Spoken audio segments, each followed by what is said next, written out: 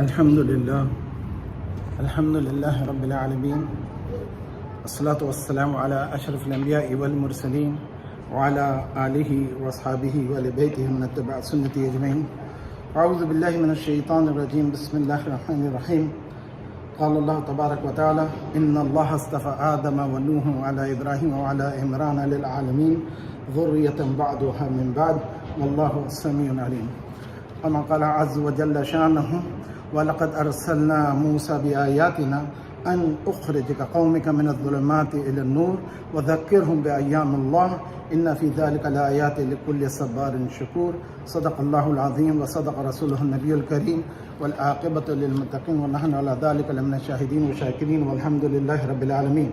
السلام علیکم ورحمۃ اللہ وبرکاتہ. رب اشرح لي صدری ويسر لي امری واحلل عقدۃ من لسانی یفقهوا قولی. الحمدللہ بفضل اللہ سبحانہ و تعالی آج ہم 1444 ہجری ہجرت رسول اللہ صلی اللہ علیہ وسلم کے سال میں داخل ہو گئے. محرم الحرام میری نظر میں جو میں نے پڑھا، جو سمجھا، یہ مہینہ جیسے رمضان کا کہا گیا اللہ کا مہینہ ہے، رسول اللہ کا مہینہ ہے، محرم الحرام اہل بیت انبیاء اللہ و رسول اللہ کا مہینہ ہے. اس کی ایک خاص وجہ یہ ہے کہ یہ اس دن میں ہر اس نبی کا ذکر ہے، آدم علیہ السلام سے حضرت عیسیٰ علیہ السلام تک کا. عاشورہ کا دن اس لیے خاص ہے کہ اس دن brother do you understand Urdu? جی ٹھیک. تو آدم علیہ السلام سے لے کر نوح علیہ السلام، حضرت ابراہیم علیہ السلام، حضرت موسیٰ علیہ السلام اور حضرت سلیمان اور یونس، تمام انبیاء علیہ السلام کا ذکر ہے اور قرآن میں ہر ایک کا آیتوں میں ذکر ہے. سورہ آل عمران کی میں نے آیت پڑھی جس میں اللہ تعالیٰ فرماتے ہیں بے شک اللہ نے چن لیا، ان اللہ اصطفى آدم، اللہ نے آدم کو چن لیا، نوح کو چن لیا، آل ابراہیم کو و آل عمران کو. اور یہ ایک دوسرے کی ذریات تھے. ذریات کہتے ہیں آنے والے پڑپوتے، پوتے پڑپوتے. ذریتم بعضها من بعض، جو کہ بعد میں سے ایک دوسرے بعد کے تھے. واللہ سمیع علیم، بے شک اللہ سننے والا اور علم والا ہے. اور پھر دوسری آیت میں نے پڑھی سورہ ابراہیم سے جس میں اللہ سبحانہ تعالیٰ فرماتے ہیں وَلَقَدْ أَرْسَلْنَا مُوسَى بِآيَاتِنَا، بے شک ہم نے موسیٰ علیہ السلام کو بھیجا اپنی کھلی نشانیوں کے ساتھ. ان اخرج قومک، تاکہ تو اپنی قوم کو نکال سکے، من الظلمات الی النور، اندھیروں سے، ظلمات سے نور کی طرف. وذکرہم بایام اللہ، اور پھر انہیں ذکر کر اللہ کے دنوں کا. ان اللہ ذالک لآیات لکل صبار شکور، انڈیڈ بے شک اللہ تعالیٰ کے لیے یہ آیتیں ہر صبر اور شکر کرنے والے کے لیے. اس میں جو تمام باتیں ہوئی ہیں ان میں اللہ کے انبیاء اور رسول کا ذکر جو امام غزالی نے اپنی کتاب میں اور شیخ عبد القادر جیلانی رحمۃ اللہ علیہ نے، یہ اولیاء اللہ تھے، اللہ کے بزرگ تھے جنہوں نے اس کا ذکر کیا. قرآن میں اہل بیت جن کو کہا گیا ہے اور نبی علیہ الصلوۃ والسلام نے جنہیں اہل بیت کی تعریف میں شامل کیا، اللہ نے قرآن نازل کیا، حضور نے تفسیر فرمائی. ابراہیم علیہ السلام کے پاس جب فرشتے آئے اور انہوں نے حضرت سارہ کو خوشخبری دی کہ اللہ تعالیٰ تمہیں بیٹا دے گا، تو انہوں نے کہا مجھ جیسی عمر کی بانج عورت ہے، میرے شوہر تو بہت ہی عمر کے ہیں، ان کو کیسے بچہ ہو سکتا ہے ہمیں؟ تو فرشتوں نے کیا کرا؟ قالوا اتعجبین من امر اللہ رحمۃ اللہ وبرکاتہ علیکم اہل البیت انہ حمید مجید. ایک عورت تھی سارہ، حضرت ابراہیم اکیلے تھے اس وقت، حضرت اسحاق کی ولادت نہیں تھی. تو انہوں نے فرشتوں نے کہا فرشتوں نے کہا اتعجبین، تو تعجب کرتی ہے عورت، من امر اللہ، اللہ کے حکم سے، رحمت اللہ وبرکاتہ، اللہ کی رحمت اور برکت ہو، علیکم تم پر، اہل بیت، حضرت ابراہیم کے اہل بیت پر اللہ تعالیٰ کے فرشتے اس وقت سے رحمت بھیج رہے ہیں. اور حضور کے امام علی مقام اور آج تک کے جتنی بھی حضور کی نسل سے منسلک لوگ ہیں ان سب پہ اس وقت السلام علیکم ورحمۃ اللہ وبرکاتہ اللہ نے نازل کیا. انہ حمید مجید، بے شک وہ حمد کے قابل ہے اور ہر چیز سے اعلیٰ. اب یہ دیکھیے اس وقت کا سلام ان پہ گیا جب ابھی ان کا تصور نہیں تھا، 4-6 سال، ہمیں نہیں پتا کتنے سال پہلے کا یہ واقعہ ہے. اور پھر دوسرے سورہ القصص میں آیت نمبر 29 میں فرماتے ہیں حضرت موسیٰ علیہ السلام جب اپنی زوجہ حضرت صفورہ کو لے کر کے مدائن سے واپس مصر آ رہے تھے تو انہیں آگ نظر آئی. یہ واقعہ قرآن میں سنا ہے. اس میں کلام کیا ہوتا ہے؟ حضرت موسیٰ علیہ السلام نے اپنی زوجہ سے کیا فرمایا؟ فلما قضى موسى اجلا وسعر باهله آنس من جانب الطور نار قال لأهلهم كثوا إني آنست نارا لعلي آتيكم منها بخبر أو جذوة من النار لعلكم تهتدون۔ پھر موسیٰ نے دیکھا، وہ ایک سفر پہ پہنچے اور پھر انہوں نے دیکھا کہ ان کے ساتھ ان کی اہل بھی تھی، اور انہوں نے جانب طور سے ایک آگ اٹھتے ہوئی دیکھی، جو کہ کوہ طور کی جو آگ تھی۔ کہنے لگے قال لأہلہ، اہل میں صرف بیوی تھی، اس وقت تو پہلا بچہ بھی نہیں ہوا تھا انہیں، اہلی امکثوا انی آنست نارا، بیٹھو تم یہاں پر، میں تمہارے لیے آگ لے کر آتا ہوں، لعلی آتیکم منہا خبر، یا پھر میں وہاں سے خبر لاتا ہوں کہ کیا معاملہ ہے، او جذوۃ، اور ایک بھلکتا ہوا انگارہ لے آؤں گا، من النار۔ تو اہل بیت کی تعریف اس وقت بیوی میں کی گئی تھی، یہ دونوں جگہوں پہ بیویوں کا ذکر تھا، اہل بیت میں بیوی اور بچوں کا ذکر ہوتا ہے۔ اور پھر اللہ سبحانہ و تعالیٰ قرآن میں فرماتے ہیں سورہ الاحزاب میں، اب حضور علیہ الصلوۃ والسلام سے کلام ہو رہا ہے، انما یرید اللہ لیذھب عنکم الرجس واہل البیت یطہرکم تطہیرا۔ محمد رسول اللہ صلی اللہ علیہ وسلم کی آل کے لیے یہ حدیث حضرت ام سلمہ اور حضرت عائشہ کی طرف سے دو جگہوں سے آتی ہے۔ جیسے فرمایا انما یرید اللہ لیذھب عنکم الرجس، اللہ تعالیٰ چاہتے ہیں کہ تم سے دور کر دیں ناپاکی کو، رجس، اہل البیت، اور اہل بیت سے، یطہرکم تطہیرا، انہوں نے ایسا پاک کر دیں جو پاک کرنے والوں کو پاک کر دیں، یا پاک ہونے والوں کو پاک کر دیں۔ ان کی پاکیزگی ایسی ہے کہ وہ جس کو پاک کر دیں وہ بھی پاک ہو جائے۔ یہ بات ہو رہی ہے اہل ہی، اہل میں بیویاں ہیں پچھلی دو آیتوں میں۔ حضور علیہ الصلوۃ والسلام نے اس وقت، حدیث میں آتا ہے، حضور ایک کالی چادر اوڑھے ہوئے تھے اون کی بنی ہوئی، اور آپ نے اس وقت بلایا دونوں جگہوں پہ حضرت فاطمہ کو، حضرت امام حسن کو، حسین کو، علی رضی اللہ تعالی عنہ کو، اور انہیں اپنی شال میں لے لیا اور ہاتھ اٹھا کے کہنے اللہم ہؤلاء اہل البیت۔ اس وقت بیوی کھڑی ہوئی ہے باہر، چادر میں نہیں لیا، بیٹی کو، بیٹی کے دونوں بیٹوں کو اور داماد کو جو کہ چچا زاد بھائی بھی، اور اللہ تعالیٰ سے دعا کریں یا اللہ یہ میرے اہل بیت ہیں۔ تو حضرت ام سلمہ اور حضرت عائشہ دونوں نے خواہش اپنی ظاہر کی کہ اہل بیت ہم بھی آ گئے اس چادر میں۔ آپ کہنے لگے تم اپنی جگہ ٹھیک ہو۔ اب اندازہ لگائیں حضور نے تعریف بدل دی اہل بیت کی۔ نواسے تو نہیں ہوتے، اولاد تو پوتا بھی کہہ سکتے ہیں کہ میری نسل ہے، نواسا تو کسی اور کی نسل ہوتا ہے۔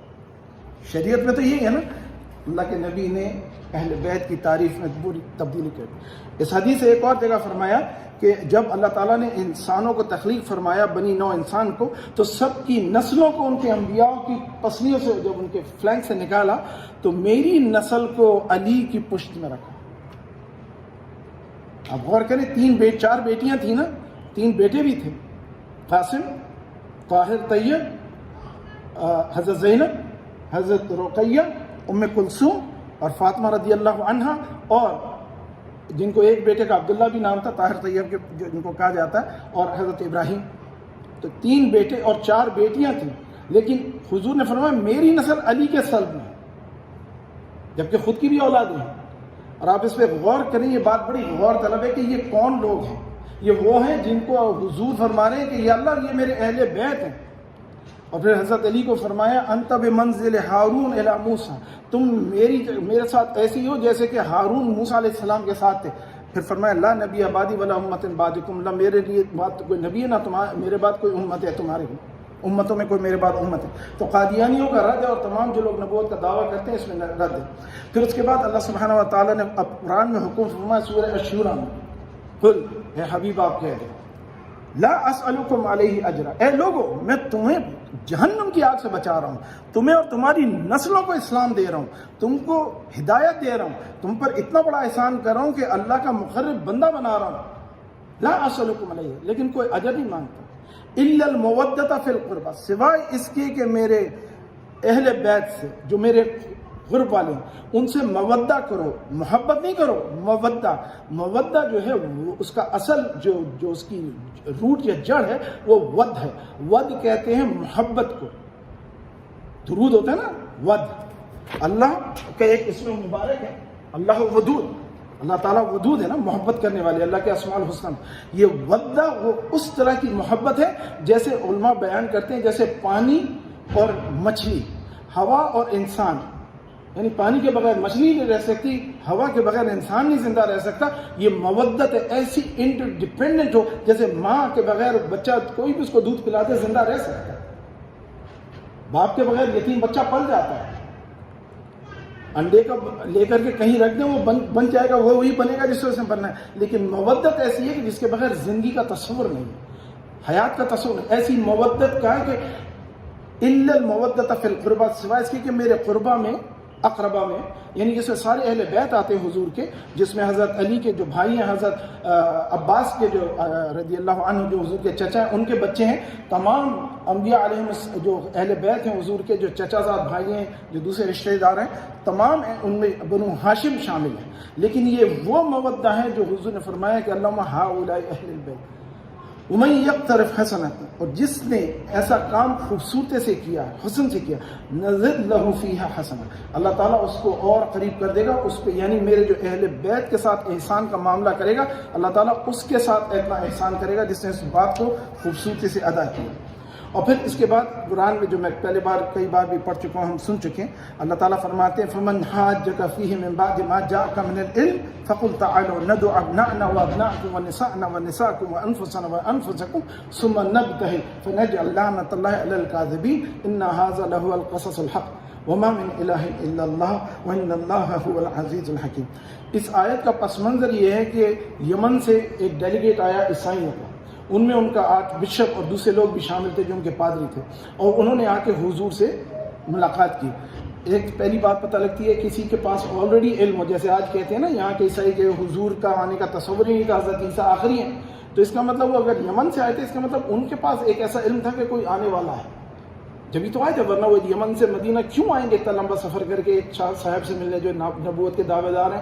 اور پتہ ہے کہ مسلمہ کذاب بھی نبوت کا دعوے دار تھا. یہ حضور کے حیات طیبہ کے آخری دنوں کی بات ہے، آخری سال کی حجت اور وداع سے پہلے کی بات. تو جب وہ آئے تو انہوں نے حضور سے سوالات جوابات کیے، تو حضور نے فرمایا کہ اگر عیسیٰ اللہ کا بیٹا ہوتے تو سب سے پہلے میں ان کی عبادت کرتا، اللہ کا کوئی بیٹا.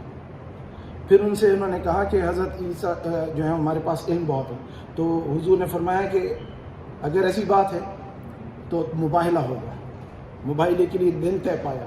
اس دن حضور علیہ الصلوۃ والسلام آئے اور یہ آیت نازل ہوئی فمن حاجک، پھر جو آپ سے حجت کرے یعنی جھگڑے، فیہ اس معاملے میں کہ اسلام اور آپ اللہ کے رسول ہیں، اسلام اللہ کا دین ہے، من بعد ما جاءک من العلم، اس کے بعد کہ ان کے پاس علم آ گیا، فقل اے حبیب آپ کہہ دیں تعالوا آ جاؤ، ندعو ابناءنا وابناءکم، ہم اپنے بیٹوں کو بلاتے ہیں تم اپنے بیٹوں کو بلاؤ، ونساءنا ونساءکم، ہم اپنی عورتوں، نساء عورتوں کو کہتے ہیں، عورت کو نہیں، ابناء کہتے ہیں بیٹوں کو، نواسوں اور پڑوسیوں کے بچوں کو نہیں کہتے، لیکن قبائلی زبان میں کہتے ہیں. ولدنا اولاد بایولوجیکل ہوتی ہے، ابناء کا مطلب سارے لوگوں کو، سب کے بیٹے جو ہیں، جیسے مسلمانوں کی اولاد ابناء، جیسے یہودی کہتے ہیں نحن ابناء اللہ، ہم اللہ کے بیٹے ہیں، جیسے بائبل میں لکھا گیا. ونساءنا ونساءکم، ہماری عورتیں، نساء عورتوں کو کہتے ہیں، مرا ایک عورت کو کہا جاتا ہے، ونساءکم، اور تم اپنی عورتیں لے آؤ، فنجعل لعنۃ اللہ وانفسنا وانفسکم، اور ہم اپنی نفس کو لاتے ہیں اور تم اپنی ذات خود آؤ، یعنی تم آؤ اور میں آتا ہوں، انفسنا وانفسکم ثم نبتہل، اور پھر اس کے بعد ہم مباہلہ کریں اس پہ، فنجعل لعنۃ اللہ علی الکاذبین، کھلے آسمان کے نیچے کھلے میدان میں ہم اللہ کی لعنت بھیجے اس پہ جو کاذب ہو، جو جھوٹا ہو. بے شک یہ قصہ ہے اللہ کی طرف سے جو حق ہے. وما من الہ الا اللہ، کوئی اللہ کے سوا قابل عبادت نہیں ہے. ان اللہ لہو العزیز الحکیم، بے شک اللہ ہی وہ ہے جو طاقتور بھی ہے اور حکمت والا بھی ہے. اب اس معاملے میں ہوا کیا، جب وہ دن آیا مباہلے کا تو عیسائیوں نے طے کر لیا تھا کہ ٹھیک ہے مباہلہ کریں گے. تو انہوں نے کیا کیا، وہ چھپ گئے پہاڑ میں آنے سے پہلے کہ دیکھتے ہیں یہ کون کون لے کر آتے ہیں. تو حضور علیہ الصلوۃ والسلام نے خود آئے، بیویاں ساری حیاتی سوائے حضرت خدیجہ کے اور حضرت سودا، شاید ان کا وصال ہو گیا تھا. تو ان دو ازواج مطہرات کے علاوہ ساری حیات تھیں، کوئی بیوی نہیں لائی. نساء کہتے ہیں اپنی عورتوں کو، بیویوں کو نا، اور بیٹیوں کو، بیٹیوں تمام علاقے کی بیویاں، بیٹیوں صحابہ کی بیویاں تھیں، کسی کی بیوی بیٹی نہیں لائے، حضرت فاطمہ اکیلی لے کر. مجموعہ تمام عورتوں کا ایک عورت ہوئی. اور پھر اس کے بعد ابناءنا و ابناءکم، سب کے بچے موجود تھے، کسی کا بچہ نہیں لیا. صرف اپنے بچے حسن اور حسین کے لیا، جبکہ چچا کے بھی بچے موجود تھے، عبداللہ ابن عباس بھی موجود تھے مدینہ میں، اور حضرت علی کے دوسرے بھائی جو تھے مسلم عقیل، اور ان کے بچے بھی تھے، تو مسلم کے بیٹے بھی تھے، یعنی عقیل رضی اللہ عنہ کے بھی بیٹے تھے، اور دوسرے حضرت علی کے بھائی جعفر طیار کے بیٹے بھی موجود تھے، یعنی کسی کا بچہ نہیں لیا، صرف علی فاطمہ کے بیٹے لیے دونوں، اور حضرت فاطمہ کو لیا، اور پھر انفسنا اپنے نفس کے ساتھ علی کو لیا رضی اللہ عنہ۔ اب حضرت علی رضی اللہ تعالیٰ عنہ کو لے کر کے یہ 5 نفوس، جن کو کہتے ہیں نا پنجتن 5، لوگ کہتے ہیں نا کہ جی یہ کہاں سے ثابت ہو، یہ پنجتن 5 ان 5 کو کہا جاتا ہے۔ ہم یہ نہیں کہتے کہ کوئی پنجہ بنائے، لیکن ہم یہ اس کو نہیں دیتے تشبیہ، لیکن پنجتن پاک، عربی میں پنج، اردو میں پنج کہتے ہیں نا 5، فارسی میں پنج کہتے ہیں نا 5، پنجابی میں کہتے ہیں نا پنج۔ یہ 5 نفوس تھے جن کا ذکر کیا جاتا ہے۔ لوگ بولتے ہیں اسلام میں کہیں پنجتن پاک نہیں، یہ 5 وہ نفوس تھے۔ تو وہ دیکھ رہے تھے عیسائی چھپ کر کے، جب انہوں نے دیکھا کہ حضور صلی اللہ علیہ وسلم آ رہے ہیں، ان کے چہروں پہ نور دیکھا، تو کہنے لگے خدا کی قسم ہم دیکھتے ہیں ان کے چہروں پہ جو نور، ان کو نظر آ رہا ہے نور جو عام کو نظر نہیں آتا۔ وہ کہتے ہیں کہ اگر یہ ہاتھ اٹھا لے نا تو یہ عہد کا پہاڑ اپنی جگہ سے ہل جائے۔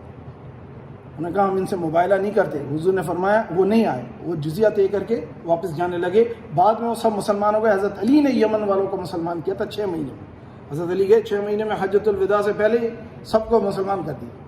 کیا اللہ نے ان کو شان دی۔ تو بہرحال وہ انہوں نے نہیں آئے، اور اللہ تعالیٰ کے رسول فرماتے ہیں کہ اگر یہ آج آ جاتے تو کائنات پہ کہیں بھی کوئی عیسائی زندہ نہیں بچتا، اللہ تعالیٰ سب کو ختم کر دے، کیونکہ کھلے آسمان میں اللہ تعالیٰ کی لعنت ہو جاتی ہے۔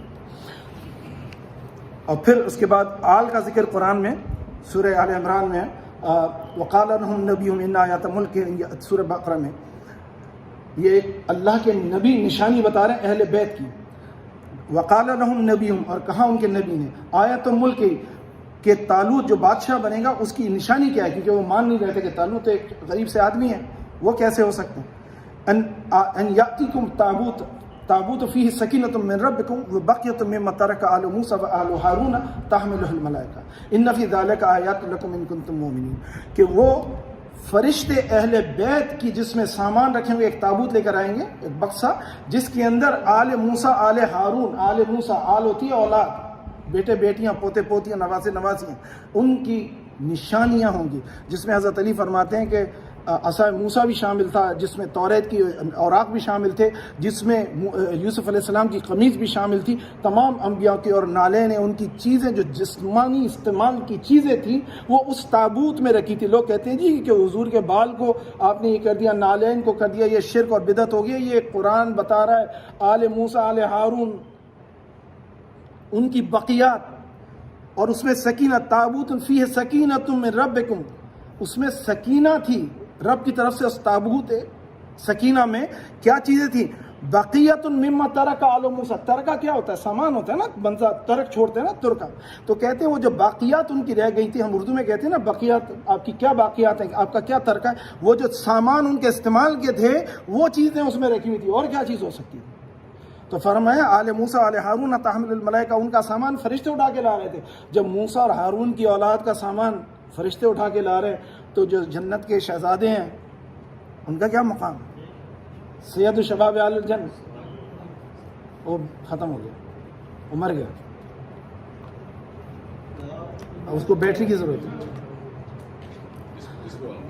اب اس کو آن کرنا، ایمان کا امتحان ہے، یہ بہتر ہے۔ ہیلو، پتہ نہیں، ٹھیک، یہ بہتر ہے، اس کو بند کرو، علی صاحب اس کو رکھو۔ تو اگر بات یہ سمجھ میں آ جائے تو اللہ سبحانہ وتعالیٰ ہمیں ان کا مقام سمجھائے، جو اہل بیت جن میں امام حسن اور حسین علیہ السلام کا مقام ہے وہ ہمیں واضح ہو جائے۔ اور پھر اس کے بعد اللہ سبحانہ وتعالیٰ فرماتے ہیں کہ ان کی یاد میں جو ہم کرتے ہیں ذکر ان کا، اس میں چند چیزیں میں نے لکھی ہیں اور چند باتوں کو سمجھیں۔ ہماری تاریخ کے اندر نمبروں کو سمجھنا چاہیے۔ حضور علیہ الصلوۃ والسلام کی ولادت کس سال ہوئی تھی؟ اس کو سال کو کہتے ہیں نا، ایک نام ہے اس کا، کیونکہ عربوں میں اس جگہ کے عربوں میں گنتی نہیں ہوتی تھی، وہ کہتے تھے ایک خاص واقعے سے اس کو منسلک کر دیتے، جس میں 25 دن بعد حضور علیہ الصلوۃ والسلام کی ولادت ہوئی، تو ہم کہتے ہیں کہ حضور کی ولادت عام الفیل میں ہوئی، اونٹ کا سال اور ہاتھی والا سال، جب ابراہ نے حملہ کیا تھا۔ عام الفیل اس کو کہا جاتا تھا. پھر اس کے بعد حضور کی جب ولادت ہوئی تو وہ سال وہ والا کہلایا. اس سے 15 سال پہلے حضرت خدیجہ کی ولادت ہوئی. جب حضور علیہ الصلوۃ والسلام کی 25 سال کی عمر ہوئی تو آپ کی اور حضرت خدیجہ رضی اللہ تعالیٰ عنہ کی شادی ہوئی. یعنی آپ عام الفیل سے 25 جوڑ دیں تو 40 سال کی حضرت خدیجہ ہوتی ہیں اور 25 سال کے حضور علیہ الصلوۃ والسلام ہوتے ہیں.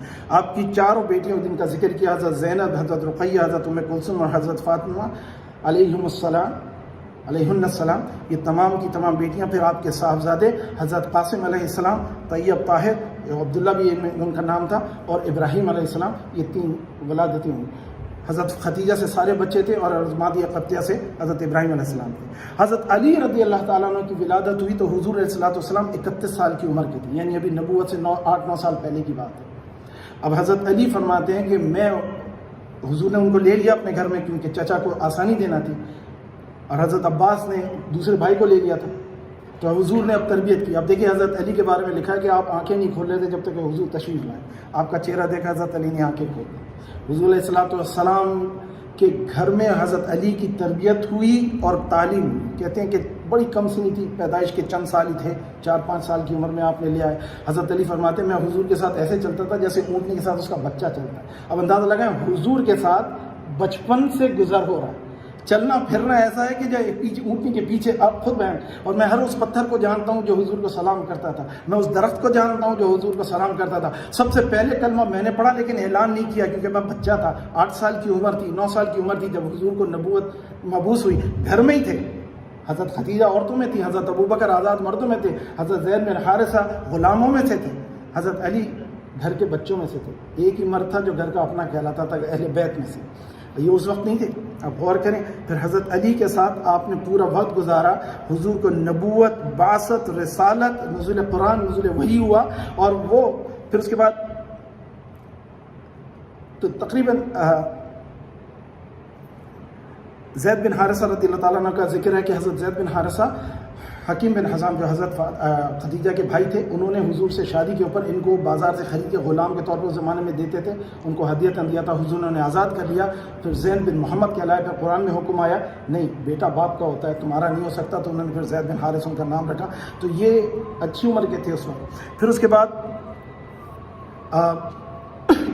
حضرت علی کے تقریباً اب اندازہ لگائیں کہ حضرت علی کا گھر جس میں وہ پل رہے ہیں، حضرت خدیجہ ماں ہیں، حضور السلام والد کی جگہ ہیں، اور حضرت باقی فیملیاں، اور کیسی تربیت ہوگی. وہ ایک تصور کریں آپ، اس ایک لمحے کو اپنی زندگی اپنی تصور سے اس گھر میں جائیں اور اس گھر کا ماحول دیکھیں، اس گھر کی بیان، اس کا اٹھنا بیٹھنا، کھانا پینا. اب حضرت علی کے اندر حضور علیہ الصلوۃ والسلام کی کیا کیا خوبیاں ہیں جو حضور کو وہ امیٹیٹ کرتے تھے. آپ ان کو غور فرمائیں. اور پھر اس کے بعد آپ جو ہے فرماتے میں نے پہلی نماز، سب سے پہلا بندہ جس نے نماز پڑھی حضور کے پیچھے وہ میں ہی تھا. ابھی نماز کا حکم نہیں آیا. حضرت علی حضور سے نماز سیکھ گئے. حضرت علی کی نماز سے بڑی نماز کس کی ہوگی؟ فرمایا میں خدا کو کبھی سجدہ نہیں کرتا ہوں جب تک کہ میں دیکھوں نہ اپنے رب کو. یہ ان کا مقام ہے نماز کا سجدے کا. اور پھر جب ہجرت کے وقت آپ کی عمر تقریباً 21-22 سال کے قریب ہوگی. اگر آپ 8 سال نبوت کے لگا لیں اور 13 سال لگا لیں اس میں تو 21-22 بنتے ہیں. اور پھر اس کے بعد حضرت فاطمہ جو تھیں وہ 4-5 سال کی تھیں جب آپ کی ولادت حضور کو نبوت ملی. تو ہجرت کے وقت آپ تقریباً 17 سال کی تشریف ہوگی. اور پھر شادی ہوئی 2 ہجری کو تو ہو گئی 18-19 کی آپ کی عمر ہوگی. حضرت علی کی 22-23 سال کی عمر ہوگی. حضرت امام حسن کی ولادت 3 ہجری کو ہوتی ہے اور آپ کی شہادت ہوتی ہے 48 ہجری میں. زہر دے کر کے آپ کو شہید کیا. اب 44 سال آپ نے زندگی پائی. اور پھر اس کے بعد حضرت امام حسین 4 ہجری کو پیدا ہوئے اور شہادت ہوئی 61 ہجری میں. تو تقریباً 58 اور 58 ایئرس کی آپ نے عمر پائی.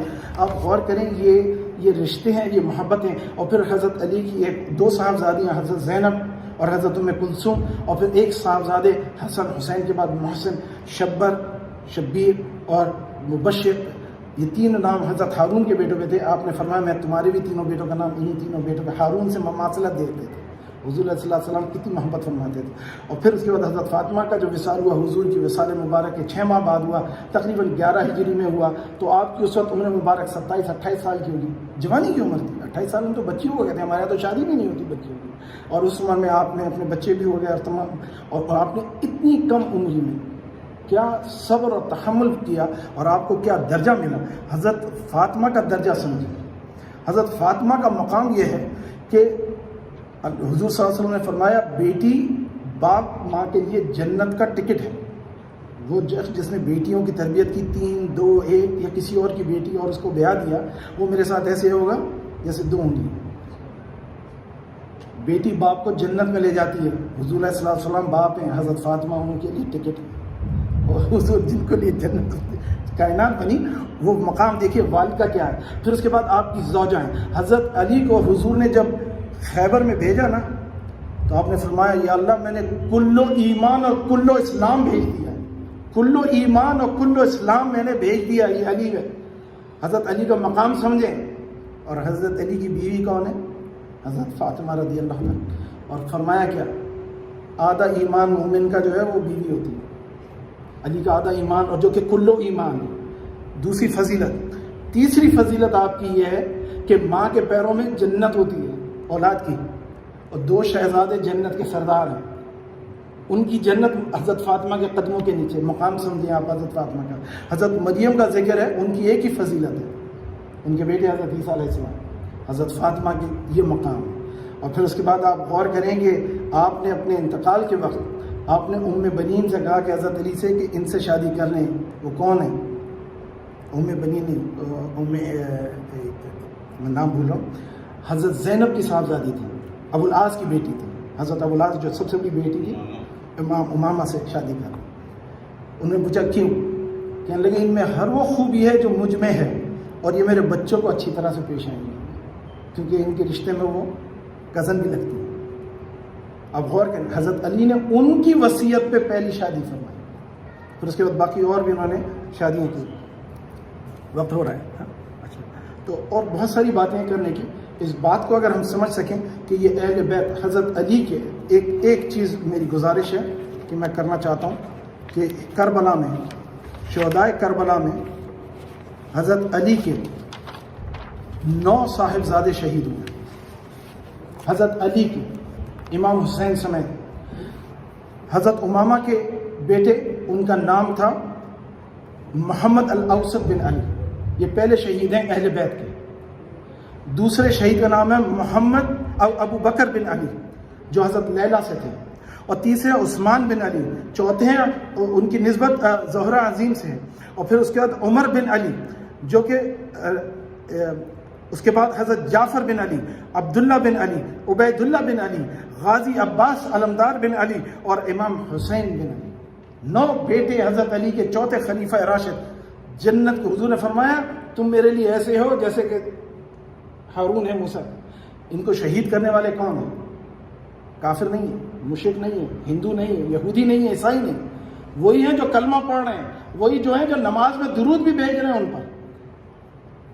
اور پھر اس کے بعد حضرت امام حسین کے 3 بیٹے موجود تھے. ان میں سے علی اکبر شہید ہوئے جو سب سے بڑے تھے. علی اوسط جن کو امام زین العابدین کہا جاتا ہے, آپ بیمار تھے, طبیعت خراب تھی تو آپ نہیں تھے, آپ سروائیو کر گئے, آپ کو حیات ملی. اور چھوٹے جو 6 ماہ کے تھے حضرت علی اصغر. اور پھر حضرت امام حسن کے 2 صاحبزادے, ایک کا نام تھا قاسم بن حسن, دوسرے کا نام تھا ابو بکر بن حسن. یہ دونوں شہید ہوئے. اس طرح سے آپ اندازہ لگائیں کہ 4 اور باقی 9 13 یہ, اور باقی اور دوسرے جو حضرت اون اور محمد, حضرت زینب کے 2 بیٹے, ان کو بھی جوڑ لیں. اور پھر اس طرح حضرت عقیل کے جو بچے تھے. اس طرح سے آپ غور کریں کتنے اہل بیت, پورا خانوادہ تھا جو حضور کا تھا. یہ وہ اہل بیت ہیں جن کے لیے اللہ تعالیٰ فرما رہا ہے کہ ان کی چیزیں تبرکات, ان کے چھوڑی ہوئی چیزیں. تو کوئی کہتا نہیں یہ جی آپ بال لائے ہیں, اس کی گارنٹی کیا ہے؟ کوئی کہتا نہیں جی آپ حضور کی نالین کی تصویر لائیں, اس کی صنعت کیا ہے؟ قیامت کے دن پتہ لگ جائے گی. آپ کو مناسب نہیں لگتا نہ کریں. ہمارا دل اس سے سکون پاتا ہے, ہم کریں. ہمارے لیے یہ معظم ہے, محترم ہے. اور یہ جو عاشورے کا مہینہ ہے نا, یہ اہل بیت کا مہینہ ہے. کسی نبی نے اپنی اولاد میں سے اتنے لوگ شہید نہیں کیے ایک دن میں. تاریخ انسانی میں آدم علیہ السلام سے محمد رسول اللہ صلی اللہ علیہ وسلم سے پہلے حضرت عیسیٰ تھے. حضرت یحییٰ شہید ہوئے تھے, جیسے بھی آپ نے سنا نا کہ 70,000 لوگوں کو اللہ تعالیٰ نے قتل کیا. اور اس کے بعد کیا ہوا کربلا کے بعد, یعنی عمر مختار نے اس نے مختار ثقفی نے، اس نے ان کے ایک ایک کو جنہوں نے شہید کیا تھا چن چن کر کے مارا. اختلافی شخصیت ہے لیکن بہت ساری اس کے بارے میں باتیں ہیں. اس کے بعد اللہ سبحانہ و تعالیٰ نے، اللہ تعالیٰ انسان کو جب طاقت دیتا ہے نا تو وہ حد سے گزر جاتا ہے. یزید نے پہلا ظلم یہ کیا، پھر اس کے بعد اس نے مدینہ پہ حملہ کیا، کیونکہ مدینہ کے لوگوں نے کہا ہم اگر تم نے اہل حضور کے بچے کا نواسوں کو شہید کیا اب ہم تمہاری خلافت نہیں مانتے. انہوں نے خروج کیا، اس نے فوج بھیجی تو واقعہ ہررا ہوا جس کے بارے میں ہم بہت کم جانتے ہیں. پھر اس کے بعد اس نے مکہ پہ بھی حملہ کیا، لیکن تیسرا سال تھا، 3 سال اس نے حکومت کی، 3 سالوں میں اس نے 3 بڑے عظیم گناہ کی. اور پھر اس کے بعد وہ مر گیا تو فوج کو واپس بلا لیا گیا تھا. بعد میں عبد الملک بن مروان نے حجاج بن یوسف کو بھیجا. تاریخ بڑی خونی ہے اور بڑی تفصیلات ہے، سنتے ہیں پڑھتے ہیں نا. تو آج بھی کل مجھے بلایا گیا تھا ایک مسجد میں، انہوں نے مجھے خاص طور پہ کہا تھا کہ میں نے ان سے کہا تھا میں عاشورہ کے بارے میں بیان کرنا چاہتا ہوں کیونکہ وہاں پہ ذکر نہیں ہوتا. تو انہوں نے کہا تھا آپ وہ جو عاشورہ کی سگنیفیکنس ہے نا، آل دا پرافٹس لائف، ان کے بارے میں بات کیجیے. یعنی لوگ یہ بھی نہیں بیان کرنے دینا چاہتے کہ حسین علیہ السلام کا کربلا میں کیا ہوا اور اہل بیت کے ساتھ کیا ہوا. یہ ایک عجیب مزاج ہے، ایک عجیب مزاج ہے کہ حضور کے اہل بیت اور 12 امام جو تھے نا، ہر امام کے ساتھ اس وقت کے حاکم نے ظلم کیا کیونکہ ان کو خطرہ تھا کہ ان کے پیچھے لوگ ہمیں چھوڑ دیں گے. تو طاقت کی جو طلب ہے نا، جو لالچ ہے، بہت بری چیز ہے. اللہ سبحانہ و تعالیٰ ہمیں ہدایت فرمائے. وآخر دعوانا ان الحمد للہ رب العالمین.